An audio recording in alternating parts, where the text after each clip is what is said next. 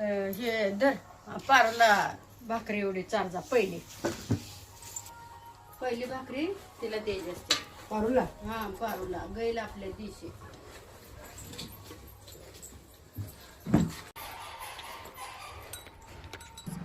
सकाळचं एक पहिली भाकरी जी बनवत ती आई आमची देशी गाईला देत्या. आणि आम्ही आज गावाला आहे त्यामुळं तो देशी गाईला चारायचा मान मला मिळाला आहे. त्यामुळे मी आता देशी गाईला भाकरी पहिली चारणार आहे. कारण म्हणतात देशी गाईच्या पोटात 33 कोटी देवांचा वास असतो. त्यामुळं देशी गाईची पूजा करावी आणि प्रत्येकाच्या घरी देशी गाई ही असावी.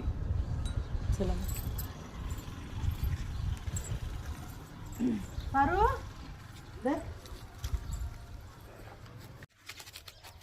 हे बघा रानू गाईच्या दोन्ही शेंगात खाजवायला लागल्या. भाकरी चारायला गेलं ना ती मान पुढं करत्या आणि शेंगांमध्ये खाजव म्हणत्या. ती रानू खाजवायला लागल्या बघा.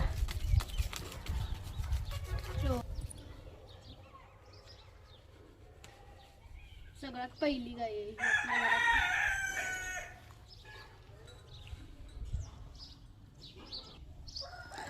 आणि ही गाई माझ्या सासूबाईंच्या आईनं दिलेली आहे.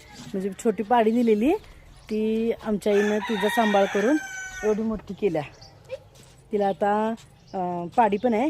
काळी कपिला म्हणून तिचं नाव आहे बघा. इथं आहे तिची पाडी आहे ती.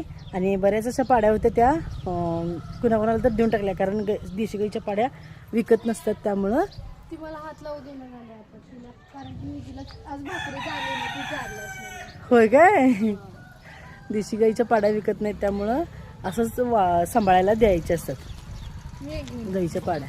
आणि कोण झाले की ते तेवढं विकायचं असते. ही देशी गाई आम्ही सांगली चालू ना हिचं गोमूत्र घेऊन जातोय सांगलीत. हिचं गोमूत्र छान असते. घरात शिंपडायला पवित्र असते. आणि शेण पण नेतात एक जण. पण आम्ही आता शेतीत काय शेण सारवत नाही. पण होमला वगैरे हिचं देशी गाईचं शेण नेतात. आणि ही तिची काळी कपिला. हे बघा कपिला. हे कपिला. कपिला आता रुसल्या कारण तिच्या आईला भाकरी दिली आणि कपिलाला दिलीच नाही म्हणून कपिला रुसल्या. बोलत नाही कपिला. चला बाय.